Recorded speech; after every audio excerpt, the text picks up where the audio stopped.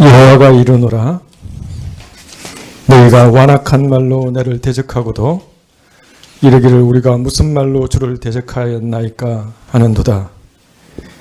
이는 너희가 말하기를 하나님을 섬기는 것이 헛되니 만군의 여호와 앞에서 그 명령을 지키며 슬프게 행하는 것이 무엇이 유익하리요. 지금 우리는 교만한 자가 복되다 하며 악을 행하는 자가 번성하며 하나님을 시험하는 자가 화를 면한다 하노라 함이라. 그때 여호와를 경외하는 자들이 피차에 말하며 여호와께서 그것을 분명히 들으시고 여호와를 경외하는 자와 그 이름을 존중히 여기는 자를 위하여 여호와 앞에서 있는 기념책에 기록하셨느니라. 아멘. 하나님, 우리 가운데 이스라엘 백성이 가졌던 완악한 마음이 있는 것을 고백합니다.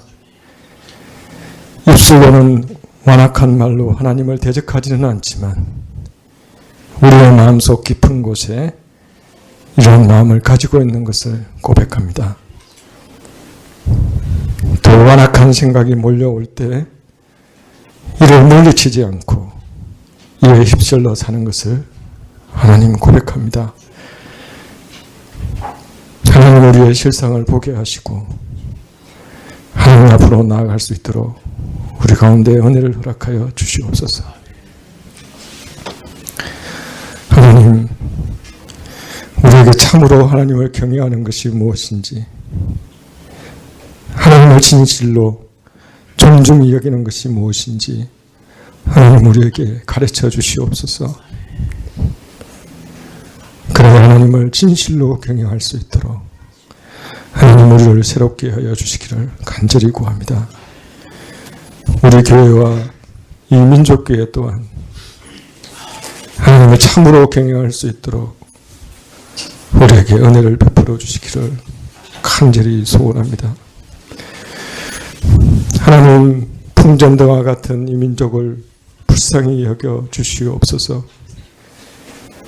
하나님의 말씀과 지혜를 우리와 이 땅 가운데 허락하여 주시기를 간절히 구합니다. 하나님의 사람을 일으켜 세워주시고 하나님이 이 백성과 함께 하심을 드러내 주시기를 간절히 구합니다.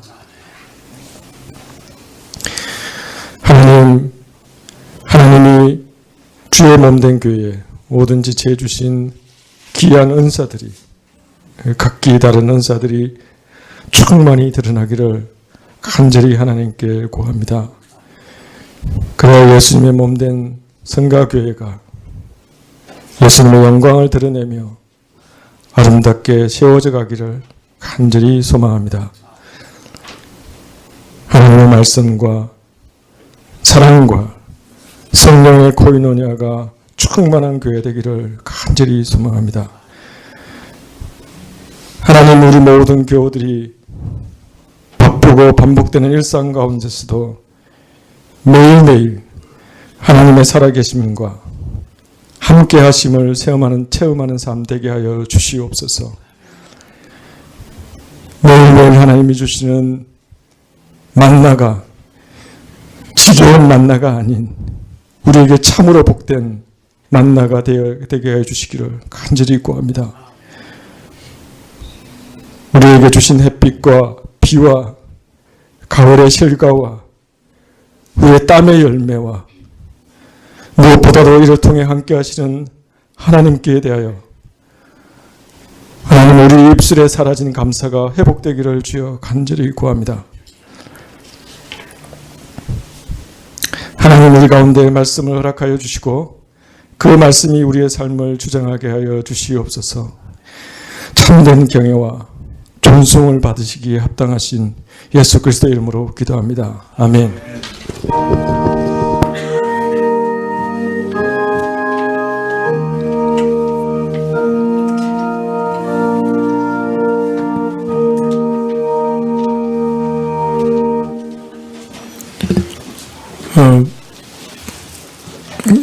아까 말씀드렸듯이 저희가 투표 결과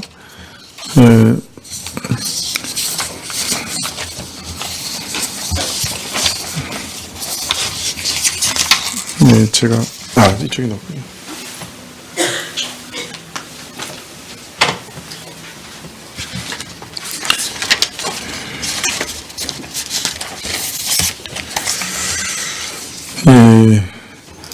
저희가 안수 집사님하고 장로님을 얻지는 못했습니다.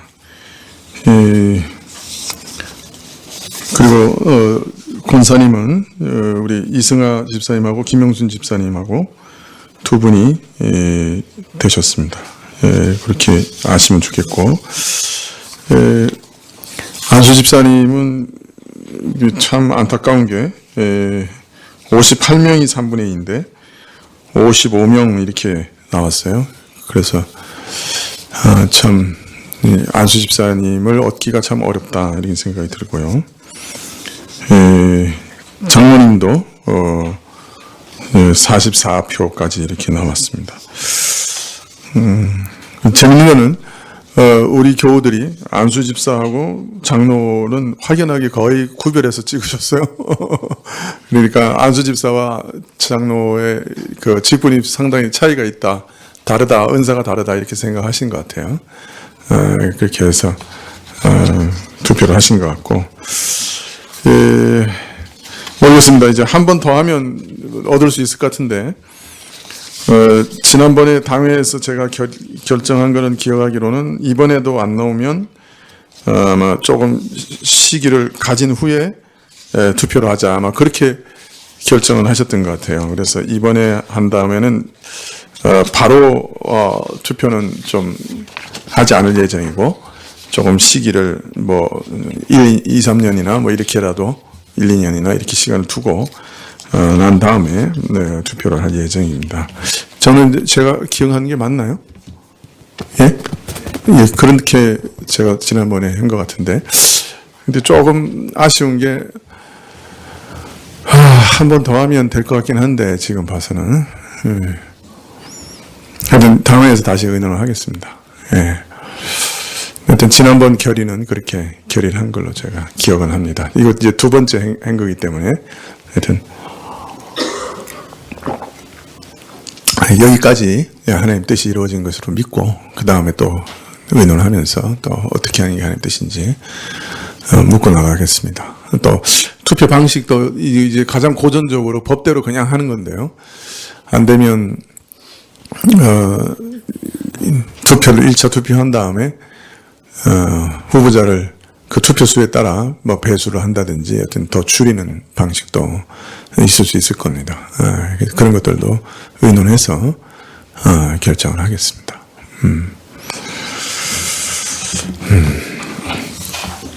말씀은 사무엘하 13장 20절부터 39절입니다.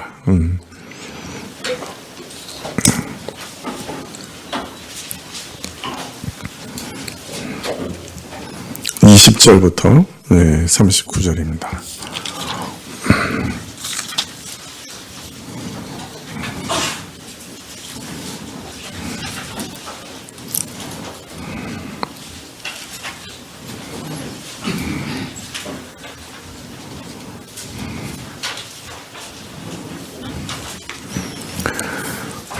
사무엘하 13장 20절부터 한 절씩 교독하시겠습니다. 그 오라비 압살롬이 저에게 이르되 내 오라비 암논이 너와 함께 있었느냐? 그러나 저는 내 오라비니 누이야 시방은 잠잠히 있고 이것으로 인하여 근심하지 말라. 이에 다말이 그 오라비 압살롬의 집에 있어 처량하게 지내니라. 압살롬이 그 누이 다말을 암논이 욕되게 하였으므로 저를 미워하여 시비간에 말하지 아니하니라.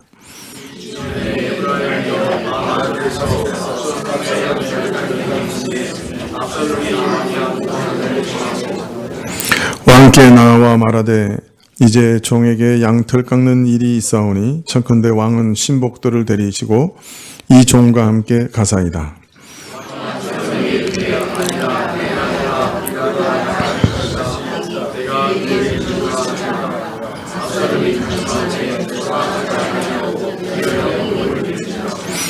압살롬이 가로되 그렇게 아니하시려거든 청컨대 내 형 암논으로 우리와 함께 가게 하옵소서. 왕이 저에게 이르되 그가 너와 함께 갈 것이 무엇이냐 하되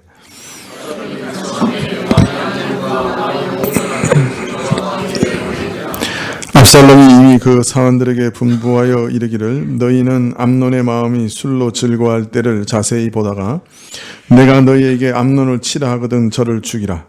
두려워 말라. 내가 너희에게 명한 것이 아니냐. 너희는 담대히 용맹을 내라 한지라.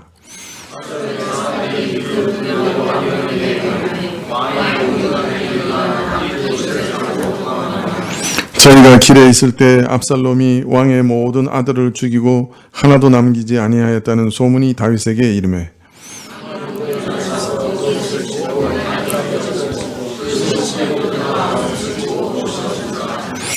다윗의 형 시므아의 아들 요나답이 고하여 가로되 내 주여 소년 왕자들이 다 죽임을 당한 줄로 생각지 마옵소서. 오직 암논만 죽었으리이다. 저가 압살롬의 누이 다말을 욕되게 한 날부터 압살롬이 결심한 것이니이다.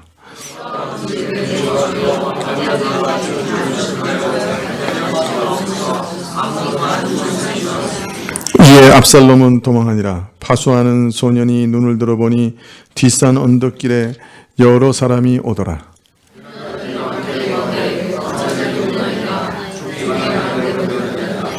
말을 마치자 왕자들이 이르러 대성통곡하니 왕과 그 모든 신복도 심히 통곡하니라.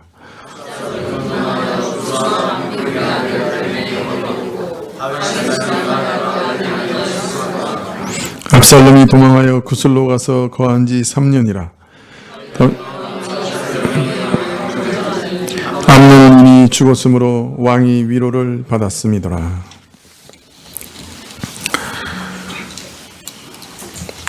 예, 특송 있죠? 예, 사랑구역 특송 하시겠습니다.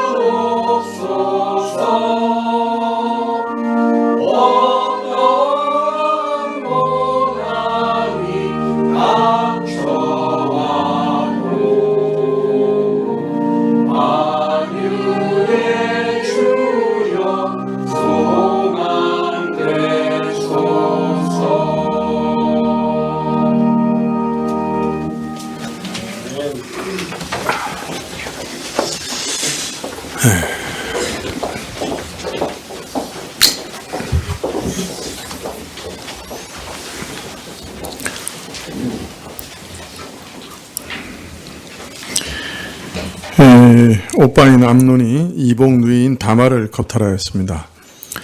다윗의 죄는 불행하게도 다윗의 자식 때 그대로 재현되고 있습니다. 바세바에게 유혹되어 앞뒤를 가리지 않고 행동했던 다윗의 모습은 그대로 맏아들인 암논에게 이어집니다. 암논도 여동생인 다말에게 마음을 빼앗겨 앞뒤 가리지 않고 어리석은 행동을 저지릅니다. 다윗이 바세바의 범죄를 감추기 위해 자신을 위해 충성스럽게 싸우는 우리아를 최전방에 내보내 의도적으로 죽게 만든 일은 무자비함의 극치를 보여줍니다. 이런 다윗의 모습은 암논이 폭력적으로 다말을 겁탈하고 그뿐 아니라 폭력을 당한 여동생을 문 밖으로 쫓아내 빗장을 걸어 잠그는 데서 또다시 재현됩니다. 암논 역시 다윗의 무자비함을 그대로 따릅니다.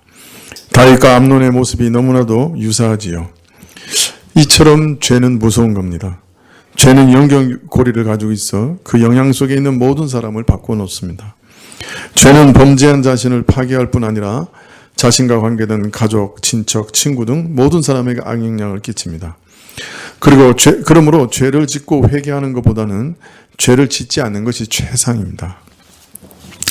오늘 말씀에는 자신의 누이를 겁탈한 암논에게 복수하는 압살롬의 이야기가 기록되어 있습니다. 13장 20절에 오라비 압살롬이 저에게 이르되 내 오라비 암논이 너와 함께 있었느냐? 그러나 저는 내 오라비니 누이야 시방은 잠잠히 있고 이것으로 인하여 근심하지 말라. 이에 다말이 그 오라비 압살롬의 집에 있어 처량하게 지내니라. 압살롬은 울부짖는 누이 다말에게 암논이 너와 함께 있었느냐 하며 사실을 확인하고 지금은 잠잠히 있고 이것으로 인하여 근심하지 말라며 충격받은 누이를 진정시킵니다. 저는 내 오라비니 시방은 지금은 잠잠히 있으라. 암논도 왕자요 특히 다윗의 맏아들이요 왕위 계승권자 1위의 왕자니 내가 지금 당장은 어떻게 할 수 없다.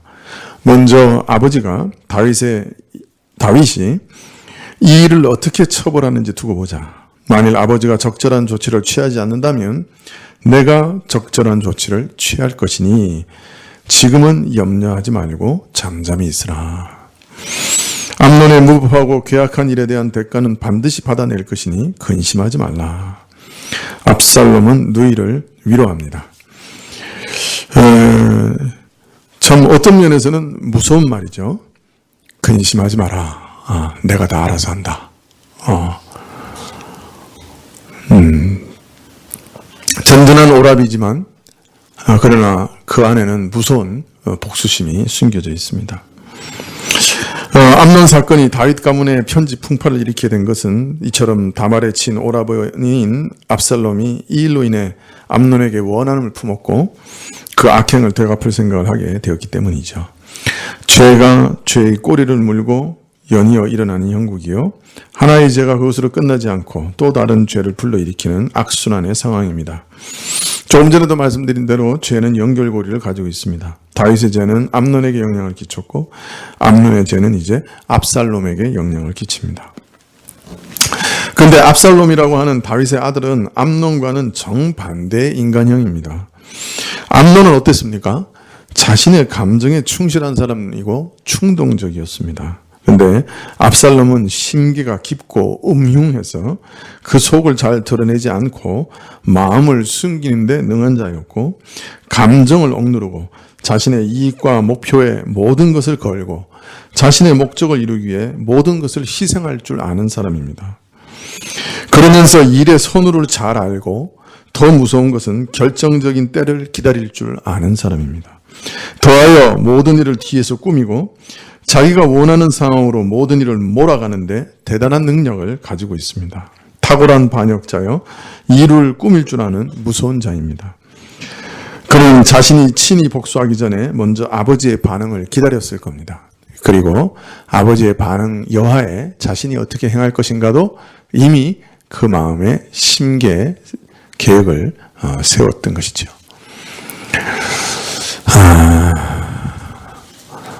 이런 사람 옆에 있으면 징그럽습니다. 보통 이런 사람은 제갈공명과 같은 그런 스타일이라고 할 수 있겠죠. 네, 사무엘하 13장 21절에 다윗 왕이 이 모든 일을 듣고 심히 노하니라. 다윗은 자기 딸인 다말이 머리에 재를 뒤집어 쓰고 옷을 찢으며 자기의 억울함을 하소연할 때 이 일에 대해 듣게 됐고 심히 노하였습니다. 그런데 아무리 살펴봐도, 성경을 살펴봐도 이후에 어떤 적절한 조치를 취했다는 말은 나오지 않습니다. 다윗이 행한 것은 단지 심히 노했습니다.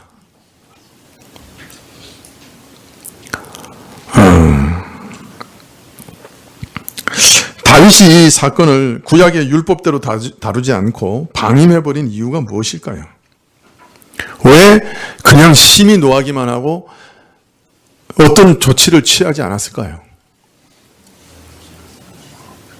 왜 그랬을까요? 네?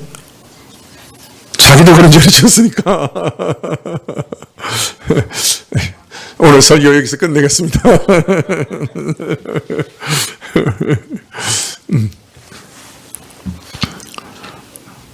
매우 오래된 사본인 쿰란 제4동굴의 사무엘서 4본에는 본문과 22절 사이에 다윗이 암논을 징계하는 이유를 보여주는 문장이 삽입되어 있습니다. 그러나 그는 그의 아들 암논의 마음에 상처를 주지 않았다. 왜냐하면 다윗은 암논이 자신의 장자였으므로 그를 사랑했기 때문이다. 그 사해사본은 예수님 오시기 이전에 기록된 사본이죠. 그런데 이 사본에 보면 그러니까 지금까지 남아있는 최고로 오래된 사본이에요. 구약에 있어서는. 이 사본에 보면 그 다윗이 왜 암논을 처벌하지 않았느냐? 그 장자였기 때문에 사랑해서 처벌하지 않았다. 그렇게 얘기합니다. 그런데 이것을 구약 헬라어를 신약으로 번역한 70인역에서는 그대로 가져옵니다. 그래서 70인역에도 그렇게 되어 있어요. 암논이 장자인 고로 다윗이 그를 사랑하여 암논의 마음을 괴롭게 하지 않았다. 쿰란과 70인경이 기록된 말씀이 성경의 원전에 기록되어 있었던 말씀인지, 아니면 우리 성경이 번역한 마소라 텍스트에 그래서 빠져 있는 것인지, 원전에 있는데, 아니면 원전에 있었으나 누군가 주석을 원본으로 있는 것으로 오해해서 옆에 있는 주석을 가필에 넣은 것인지 잘 알기가 어렵습니다.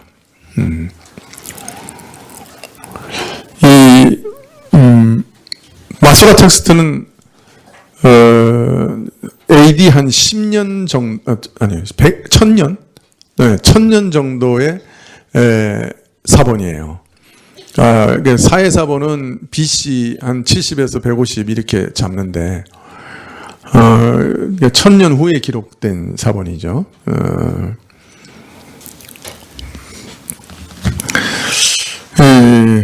근데 왜 마소라에는 빠져 있느냐?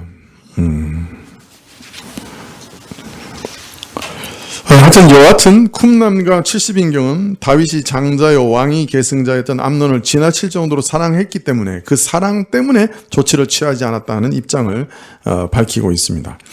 만일 이것이 영감된 것이라면, 성령이 진짜 처음에 원전에 이렇게 썼다고 하면 다윗은 자식을 사랑해서 그 악행을 유야무야했다고 이해해야 될 것입니다.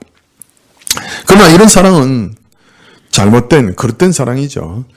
잠언 13장 24절에 보면 초다를 참아 못하는 자는 그 자식을 미워함이라.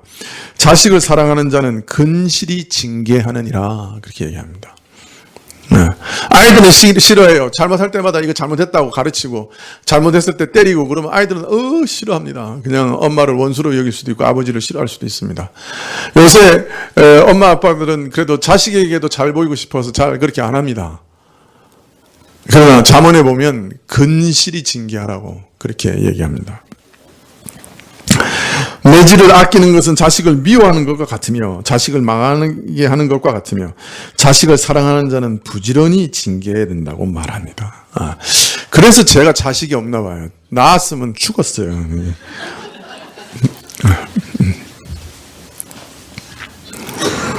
옳고 바른 것이 무엇인지 가르쳐야 한다고 말합니다.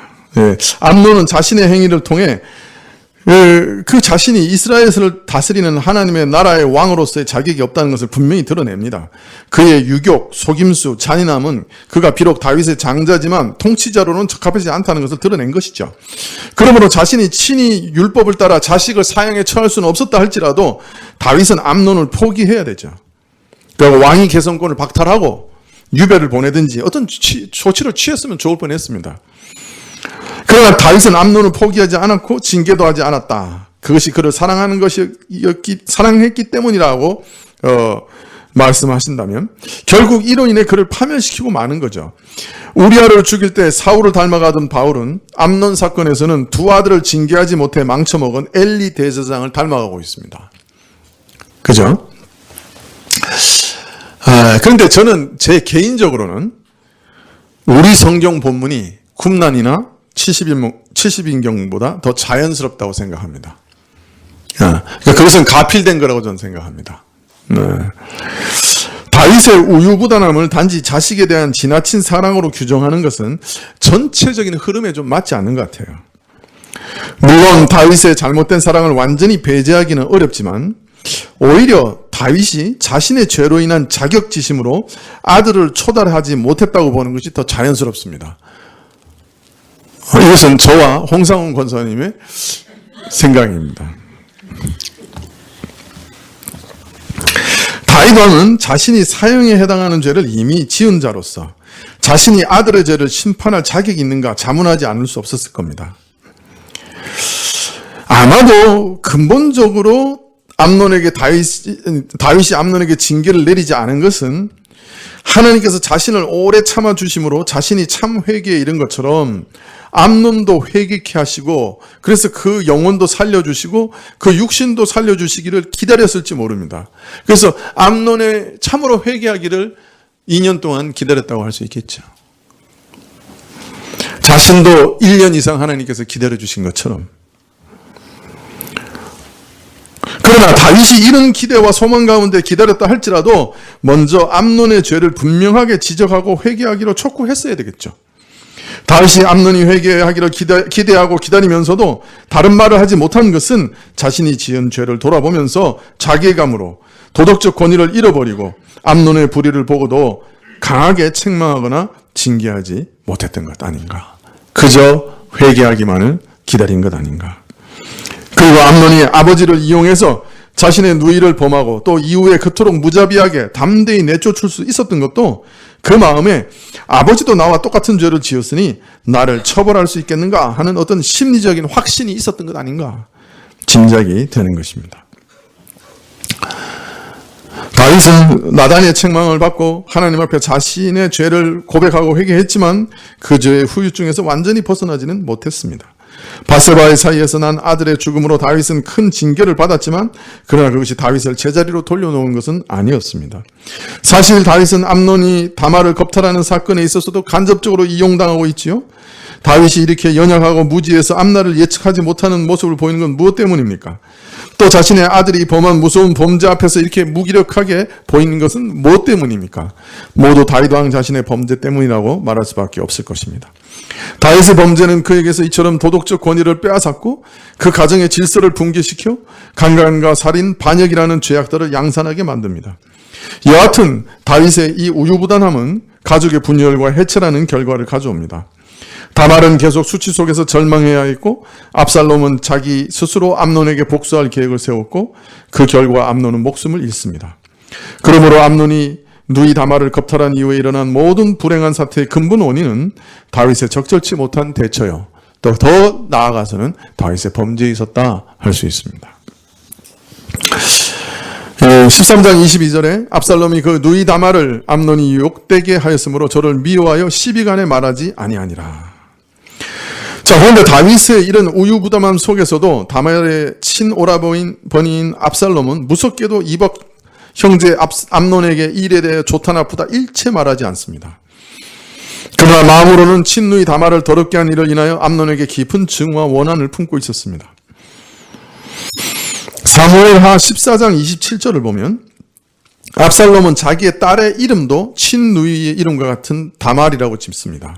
아마도 그만큼 자기 누이를 좋아했던 것 같아요. 자기 딸 이름을 자기 누이 이름하고 같은 이름을 줬어요. 그러니 이런 누이를 수치스럽게 한 암논에게 칼을 갈았겠죠. 그리고 2년이 지난 다음에 때를 노리다가 마음속의 원한을 품고 있다가 복수할 기회를 마침 만듭니다. 압살롬은 다윗이 우리아를 죽일 때처럼 일을 꾸밉니다. 2년이 지나 모든 사람들이 옛 일을 잊어버리고 자신의 의도를 의심하지 않을 때가 되자 바알 하솔에서 자신의 소유한 양들의 양털을 깎는 기회를 빌어서 다윗의 모든 아들, 모든 왕자들을 초대합니다. 압살롬은 암논이 이 초청에 응하지 않을 것을 예상해서 한 가지 포석을 미리 깝니다. 그것은 자기 아버지 다윗도 그 잔치에 초청하는 것이었죠. 압살롬은 처음부터 다윗이 신하들을 대동하여 자신의 잔치에 참여하는 것은 국정상 어렵다는 것을 미리 계산했을 겁니다. 그리고 다윗 왕이 거절하면 그 대신에 왕의 실질적인 대리자로 간주되는 암논을 보내달라고 간청하려 했던 것이죠. 다윗이 번거로우니 가지 않을 뜻을 말하자 압살롬은 드디어 본심을 드러냅니다. 다시 아버지에게 형 암논을 명하여 자기에게 보내주기를 간청합니다. 다윗도 마음이 꺼림직했는지 암논이 갈 일이 무엇이냐고 거절했지만 압살롬이 거듭되는 청을 이기지 못해 암논을 모든 왕자들과 함께 보냅니다. 참 무서운 사람이죠. 바둑을 떠도 잘 뚫 사람이고 미리 사전에 포석을 다 해놓고 일을 꾸미고. 보통 이걸 뭐라 그럽니까? 이런 형태를 뭐라 그래요? 쓰리 쿠션이라고 그래요. 그래도 여러분 다 바둑 용어로 아시네요. 예. 당구 용어로 다 아시네요. 예. 이게 엉뚱한 데를 겨냥한 것 같은데 골은 다른 데 있는 거예요. 그죠? 참 정치를 잘하려면 쓰리 쿠션을 잘해야 돼요. 이 정치가들이 자주 쓰는 방법이에요. 원래 노리는 목적은 전혀 다른 데 있는 거죠. 다윗은 왜 압살롬의 청을 들어줬을까요?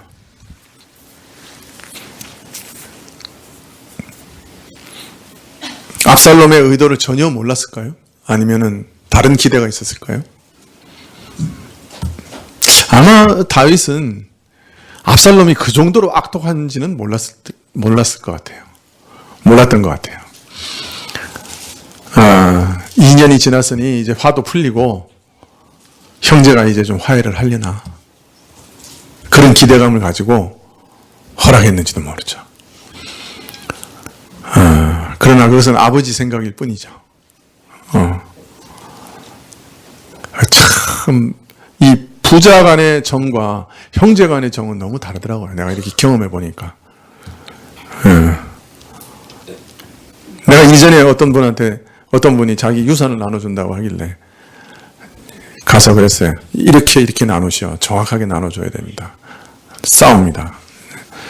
그분이 제 말 안 들었어요. 제 말을 들었으면 참 좋을 뻔했는데 안 듣더라고요. 그래서 자신이 원하는 대로 나눠줬어요. 지금까지 싸우고 있어요.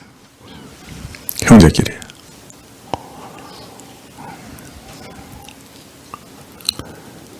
사람들이 그 심리를 잘 모르는 것 같아요.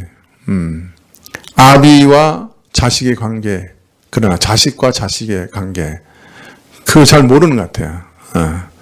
아버지는 다 내 마음 같겠거니, 그렇게 생각해요.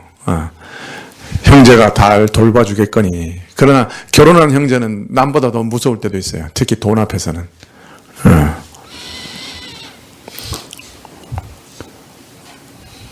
그래서 상인한 장례식장에서 형제끼리 치고받고 싸우고 나는 칼부림하는 것도 봤어요.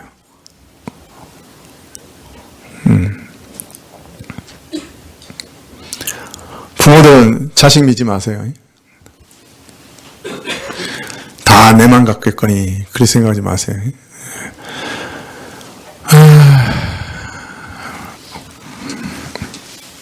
이거는 하나님 말씀 아니에요.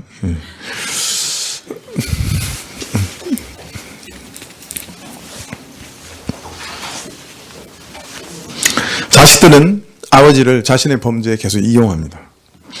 암논이 다말을 욕보일 때도 다윗을 이용했죠. 다말이 와서 음식을 해주면 힘이 날 것 같으니 보내달라고 부탁해서 아버지를 이용해서 자신의 욕심을 챙겼습니다. 근데 아버지를 이용한 것은 압살롬도 마찬가지입니다. 아버지를 이용해서 형 암논이 자신의 잔치에 가도록 명령을 하게 만듭니다. 이런 모습을 보면 다윗은 자신이 범죄하는 순간 아버지로서의 힘과 권위도 다 잃어버렸어요. 존경도 다 잃어버린 거예요. 자식들은 이제 아버지를 이용하는 그런 상대로만 여기고 있어요. 압살롬은 그 수하들에게 명하기를 암논이 술에 취하여 그 기분이 좋을 때 내가 명하면 그를 쳐 죽이라고 합니다. 사람들이 왕자를 죽이는 것을 두려워할까 봐 모든 일에 대한 책임은 자기가 질 것이니 담대히 용기를 내라고 명합니다. 압살롬이 수하들이 그의 명에 따라 암논을 쳐 죽이니 왕자들이 다 일어나 노새를 타고 도망합니다. 이 사건에서 압살롬의 인격이 여실히 드러나게 됩니다. 압살롬도 암논보다 나을 것이 하나도 없지요. 그는 암논과 똑같이 폭력적이고 똑같이 거짓으로 가득 찬 자였습니다. 거기에 아버지를 속이기 위해서 2년을 기다릴 줄 아는 용의주도함과 치밀성까지 갖춘 자였습니다. 그런데 많은 학자들이 좀 덥죠? 아닙니까? 저만 덥습니까? 네, 혹시 조금 꺼주시면 좋겠어요. 네. 근데 많은 학자들은 압살롬이 암논을 살해한 것은 자기 누이의 한을 풀기 위한 것일 뿐만 아니라 이스라엘의 권자를 차지하기 위한 일종의 쿠데타였다라고 생각합니다. 순서로는 암논이 제일 왕자요, 길르압 압살롬입니다. 그러나 제일 왕자가 제거되면 그 다음에는 순서와 관계없이 유능한 자가 왕권을 차지하기가 쉬웠을 겁니다. 특히 길르압은 성경에 단 한 번만 이름이 언급되었을 뿐, 그 다음에 일찍 사망했는지 아니면 존재가 미미했는지 성경에 다시 등장하지 않습니다.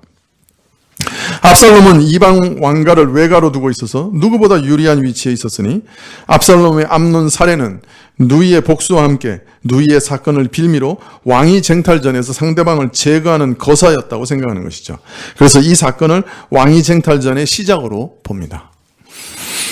물론 이후에 압살롬이 다윗의 왕위를 찬탈하기 위해 반역을 일으켰기 때문에 압살롬의 암논 살해가 이중적인 동기에 의해 이루어졌다고 할 수도 있을 것입니다. 압살롬은 분명 왕권에 대한 욕심이 있었고 암논을 살해한 후 외가로 도망갔다가 돌아온 후 이후에 아버지와 사이가 원만하지 못하자 다윗을 제거하고 스스로 왕권을 차지하려고 반역을 일으킨 것도 사실입니다. 그러므로 이중적인 동기로 암논을 살해하였다고 보는 것은 어느 정도 개연성이 있다 할 것입니다. 그런데 압살롬이 언제부터 왕권을 노렸는지, 다말 사건 이전인지 이후인지, 암논 살해를 계획할 때부터인지 아니면 살해한 이후인지 그건 알 수 없습니다. 그러므로 암논 살해의 동기도 누이에 대한 복수 이후에 다른 것이 있었는지는 다만 추측할 뿐 확신할 수는 없는 것이죠. 여하튼 만일 아버지가 암논을 처벌하되 목숨은 살려주더라도 차기 왕권에서 완전히 배제하는 처분을 내렸다면 어떻게 되었을까요? 아마도 압살롬은 가만히 있었을 것이고 자신이 차기 왕위에 오른 다음 누이의 복수를 시행했을 것이다 짐작할 수 있습니다. 또 이 사건에서 우리는 하나님께서 다윗에게 예언하신 말씀이 이루어지는 것을 볼 수 있습니다. 하나님께서는 다윗에게 칼이 내 집에서 영영이 떠나지 아니하리라 그 말씀이 이제 실현되고 있는 것을 볼 수 있는 것이죠. 밧세바를 자기 손에 넣고 자기의 죄를 은폐하기 위해서 저질렀던 무서운 살인의 범죄가 그 아들의 손을 통해서 자신의 집안에서 다시 재현되고 있는 것입니다. 얼마나 끔찍한 일인지요. 압살롬이 암논을 죽일 때 나머지 왕자들은 다 노새를 타고 도망하였습니다. 이들이 도망하여 오는 중에 소식이 먼저 왕에게 전달되는데 압살롬이 모든 왕자를 다 죽이고 한 사람도 살아남지 못했다 하는 소식이 전해집니다. 오보죠. 그러나 왕은 그 순간 땅에 엎드러집니다. 옷을 찢고 땅에 엎드러집니다. 모든 신하들도 옷을 찢고 슬퍼합니다. 남의 아내의 정조를 빼앗고 그 남편을 간악한 수단으로 죽여 그 아내로 하여금 청천벽력 같은 소식을 듣고 큰 충격 가운데 울부짖게 했던 다윗은 이제 자신의 아들들이 다 살해되었다는 소식을 전해 듣고 땅에 엎드러집니다. 엄청난 충격을 받습니다. 그는 되로 주고 말로 받고 있습니다. 그러나 암논에게 꾀를 일러주어 이런 불행이 시작하게 한 요나답은 전후 사정을 잘 아는지라 왕에게 위로하되 암논 한 사람만 죽고 나머지 왕자들은 무사할 것이라고 예언합니다. 망보는 소년이 눈을 들어보니 왕자들이 돌아오는지라 이를 그렇게 고하였습니다. 근데 여기서 한 가지 질문을 하게 되죠. 요나답은 왜 암논과 함께 압살롬의 잔치에 참여하지 않았을까요?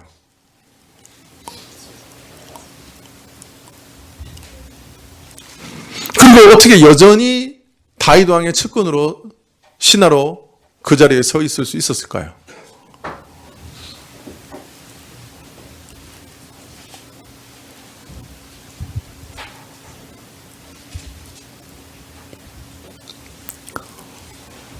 홍 원사님 고견을. 암논의 신임을 얻어가지고 암논에 있었을 것 같아요. 네? 암논의 신임을? 아니 근데 암논하고 같이 안 갔잖아요. 근데 자기 압살롬에 대해서 파악하고 있지 않았어요. 파악했는데 그랬으면 암논한테 알려줬어야 될 거 아니야. 조심해라. 암논이 제거된다고 자기한테 해놓을 건 없었어요.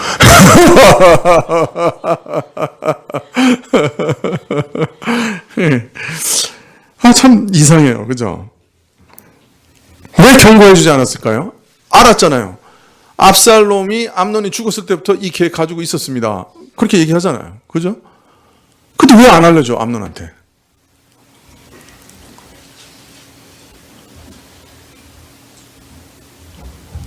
저는 성경을 보면 막 의문이 계속 생겨요. 근데 이제 영감된 사실은 영감으로 사실은 기록해놨는데, 영감으로 그 사실의 해석이 기록이 안 돼 있어요. 지금 이 사무엘서 이 부분들은 전부. 그러니까 이게 참 어려워요. 근데 질문은 계속돼요. 아니, 그 사실을 알고 있었는데 왜 암논에게나 다윗에게 언지를 안 했죠? 이 요나답이라고 하는 사람의 정체는 참 이상해요. 그죠?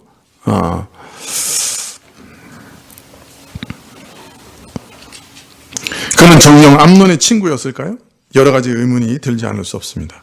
그는 암논을 친구로 생각하여 다말을 만날 계책을 주었는데 다만 암논이 과도하게 나가 다말을 겁탈하자 실망해서 암논을 버린 것일까요? 아니면 처음부터 그는 다윗 왕국을 질투하는 자로서 지금 다윗 왕국을 회방하고 있는 걸까요? 아니면 압살롬을 왕으로 세우기 위해 암논에게 짐짓 악한 계교를 알려주었던 것일까요? 그 말은 무슨 말이에요? 압살롬의 편에서 암논에게 짐짓 계교를 알려줬다는 얘기는 무슨 말이 돼요? 압살롬과 공모하여 다말을 내어주고 그것을 빌미로 암논을 죽이는데 협조했다는 데까지 나갈 수 있겠죠. 순진한 여러분은 전혀 내가 무슨 말 하는지도 모르죠, 지금. 무슨 말인지 이해가 안 되는 거죠, 지금. 네?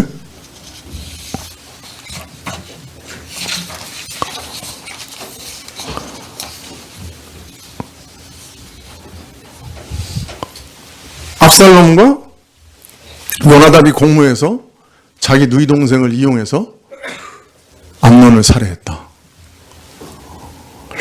삼국지 한 10번 읽은 사람이 말한 걸 거예요. 누구겠어요?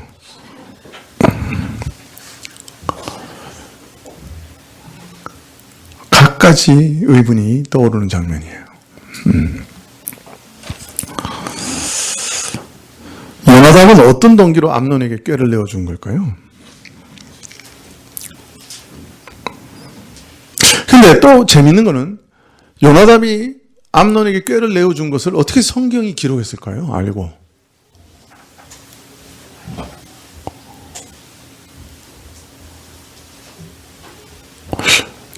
이 요나답과 암논이 대화할 때 요나답과 암논만 있었던 게 아니고 주변에 그죠? 다른 사람들도 있었고 경비병도 있었고 있었겠죠. 분명히 그것이 다윗에게 전달됐겠죠.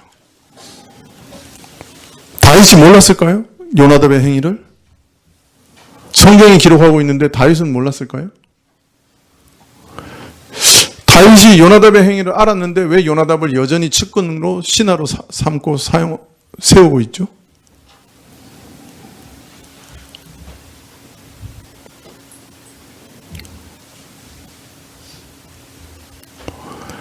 그냥 아멘하고 읽으면 되는데 뭘 그리 그냥 질문하고 또 질문하고 또 질문하냐고요?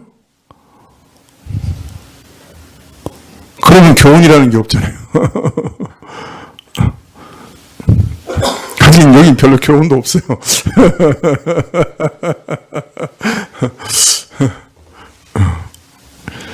하여튼 질문을 꼬리를 물듯이 일어나는 장면이에요. 그죠?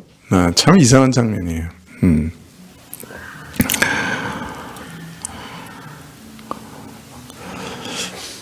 왜 요나단은 형벌을 면했을까요? 다윗은 왜 암논을 책망하지 않았기 때문에 요나답도 면제해 주었을까요? 아니면 요나답의 의도가 악하지 않았는데 암논이 그것을 악하게 사용한 것일까요?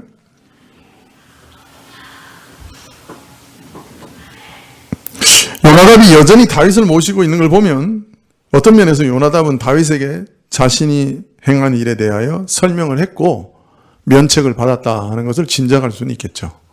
그죠? 다윗이 그것을 요나답의 변명을 받아들였다고 할 수 있을 겁니다. 요나답이 압살롬과 공모해서 다말을 내어주고 그것을 빌미로 암논을 죽이려고 했다고 하는 것은, 그런 생각은 압살롬이 다말을 몹시 위했고 그의 딸 이름까지 다말이라고 한 것을 보면 좀 과도한 추측이라고 생각이 듭니다. 아마도 요나답은 암논에게 뼈를 내어준 일을 다윗에게 해명했을 것이고 그로 인해 이후 암논과 교제를 끊고 그 집에 발을 들여놓지 않은 것이 아닌가 추측이 됩니다. 그래서 암논에게 사전 경고도 하지 못했고 또 그 압살롬의 저기를 잘 아는 자기로서는 압살롬의 잔치에 갈 수도 없었겠죠. 그래서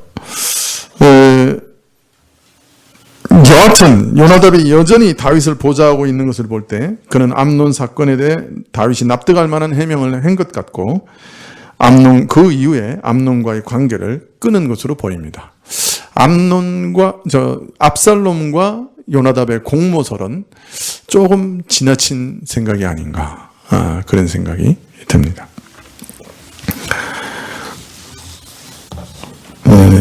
하여튼 요나답은 참 모든 것을 잘 이해하고 파악하고 있었어요.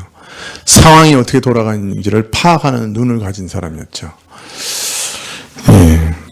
구사일생 돌아온 왕자들은 다윗과 모든 신하들과 함께 소리 높여 대성통곡합니다. 이스라엘을 다스리는 다윗 왕의 집안에서 형제가 형제를 서로 죽이는 기막힌 불행이 초래된 것을 슬퍼하며 탄식했죠. 동시에 혹 다윗이 암논의 회개를 기다리고 있었다고 하면 회개하지 않고 죽어버린 아들의 영원한 운명을 생각하며 아마 눈물을 흘렸을 겁니다.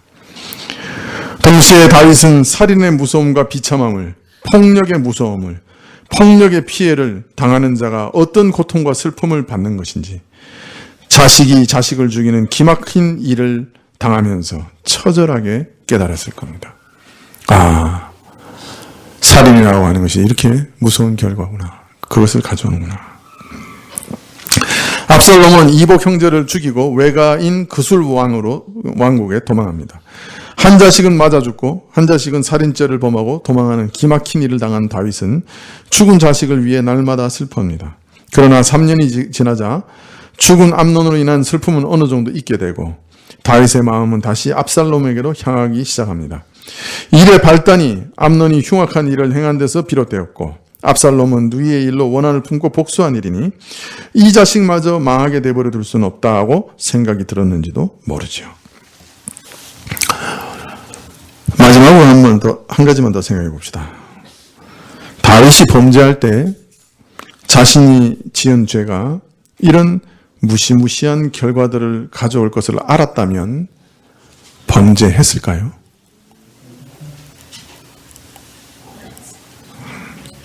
이런 뼈저린 결과를 가져온다는 걸 알았으면 그 죄를 범했을까요? 죄가 이처럼 무서운 하나님의 징계를 불러일으키는 것을 알았다면 죄를 범했을까요? 죄는 영육 간에 치명적인 영향을 미치게 될 뿐 아니라 온 가족과 결혼생활 그리고 자신과 관계된 모든 사람들에게 그 죄의 영향을 끼칩니다. 죄는 삶을 파탄에 이르게 하고 가정을 깨트리고 행복한 삶을 사라지게 합니다. 삶을 파괴와 죽음으로 몰고 가는 겁니다. 다윗이 닥쳐올 결과를 한 번만 생각해 봤어도 죄를 쉽게 지을 수 없었을 것인데 우리도 마찬가지입니다. 우리가 짓는 죄가 가져오는 파멸적 결과를 간과하고 하나님께서 이런 죄를 지어도 가만히 계신다 오해하고 담대하게 무모하게 충동적으로 죄를 짓는 경우들이 있습니다. 뭐 사람들 죄를 지어도 별로 보응을 받는 것 같지도 않고 그냥 잘 사는 것 같고 죄 짓지 않은 사람 누가 있나? 다 그렇게 사는 거지. 이런 생각이 들 때가 있습니다. 그러나 여러분, 죄는 항상 심판과 보응과 징계를 가져옵니다. 물론 우리가 죄 지을 때마다 하나님께서 우리를 치시면 신자라도 머리부터 발끝까지 성하는 때가 없겠지만 하나님의 징계가 매우 느리게 다가올 때도 있지만 그러나 죄는 항상 파멸적인 결과를 가져오는 것입니다. 우리는 이런 말씀을 통해 죄의 영향력과 결과를 볼 수 있어야 되고 깊이 마음에 이것들을 새겨야 합니다. 죄는 반드시 그가 가져오는 열매가 있습니다. 용서하셨어도 찢긴 자국은 남습니다.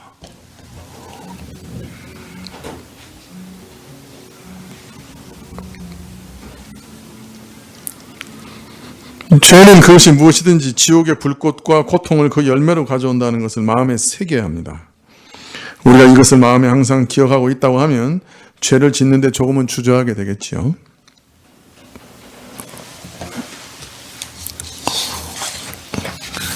어떤 유대 랍비는 다윗이 자신의 지은 죄의 4배의 형벌을 받았다 이렇게 얘기합니다.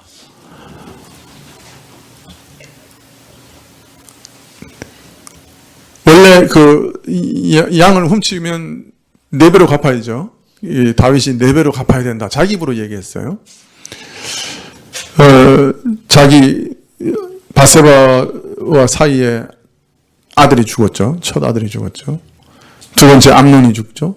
세 번째 이제 압살롬이 반역을 일으켜서 압살롬이 죽습니다. 마지막에는 누가 죽습니까? 솔로몬에 의해서 아도니아가 죽습니다. 넷째 아들이죠. 하여튼 유대 랍비는 그렇게 생각했어요. 자기 입을 말하는 대로 4배의 보응을 받았다. 징계를 받는다고 해도 이렇게 무서워요. 죄는. 우리가 죄가 만들어내는 열매를 조금만 생각하면 이 땅에서 안 받은 사람은 지옥에서 받아요. 그죠? 이 땅에서 신자가 징계를 받는 게 그래도 차라리 나은데 그러나 죄는 참 무서운 열매를 가져오는 것이 죄입니다. 우리가 심상히 여길 게 아니에요. 죄 다 지는데 죄 지어도 다 잘 살던데 그런 마귀가 우리를 속이는 겁니다. 하나님 우리를 사랑하시면 죄가 얼마나 무서운가를 우리에게 가르치셔요. 그렇기 때문에 죄를 짓지 않는 것이 죄를 짓고 회개하는 것보다 10,000배, 1000배 좋은 겁니다. 기도하시겠습니다.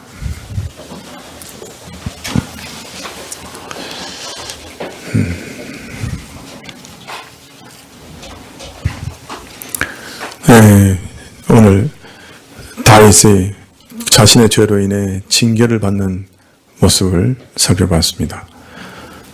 참 오늘 말씀만으로도 무서운데 이것은 사실 징계의 시작일 뿐이죠. 하나님 참 우리로 죄의 무서움을 깊이 깨닫게 해주시고 저희가 어찌하든지 죄와 싸우고 이기게 해주시기를 간절히 기도드립니다. 예수님의 이름으로 기도합나이다. 아멘. 예. 주님 가르치신 기도로 예배를 마치시고 기도해 주실 때 연말 우리가 이제 여러 가지 계획 세우고 또 재직회 공동회 당회 교회 이제 연말 준비하는 일들이 남았는데 하나님께서 이 가운데 함께 역사해 주시고 또 일할 일꾼들을 보내주시기를 위해서 기도해 주십시오. 나라를 위해서 기도해 주십시오. 네, 여전히 여러 가지 주변 상황이 어렵고 곤혹스러운데 하나님께서 이 나라를 지켜주시고 돌보아 주시기를 위해서 기도해 주시면 좋겠습니다. 권사님 두 분을 새로 얻었는데 6개월 동안 교육을 받은 이후에 권사 취임을 하게 될 것입니다. 이 모든 과정에서도 하나님의 은혜를 베풀어 주시기를 위해서 기도해 주시고, 또 우리가 앞으로도 참 당회를 구성하는 장로님 그리고 안수 집사님들 위해서 투표하는 일도 계속 있을 것인데, 그 시기와 방식 이런 것들을 하나님께서 우리에게 지혜로 알려주시기를 위해서 기도해 주시면 좋겠습니다. 주님 가르치신 기도로 예배를 마치겠습니다. 하늘에 계신 우리 아버지시여, 이름이 거룩히 여김을 받으시오며 나라의 마음이시며 뜻이 하늘에서 이룬 것 같이 땅에서도 이루어지이다. 오늘날 우리에게 일용할 양식을 주옵시고, 우리가 우리에게 죄 지은 자를 사하여 준 것 같이 우리 죄를 사하여 주옵시고, 우리를 시험에 들게 하지 마옵시고 다만 악에서 구하옵소서. 대개 나라와 권세와 영광이 아버지께 영원히 있사옵나이다. 아멘.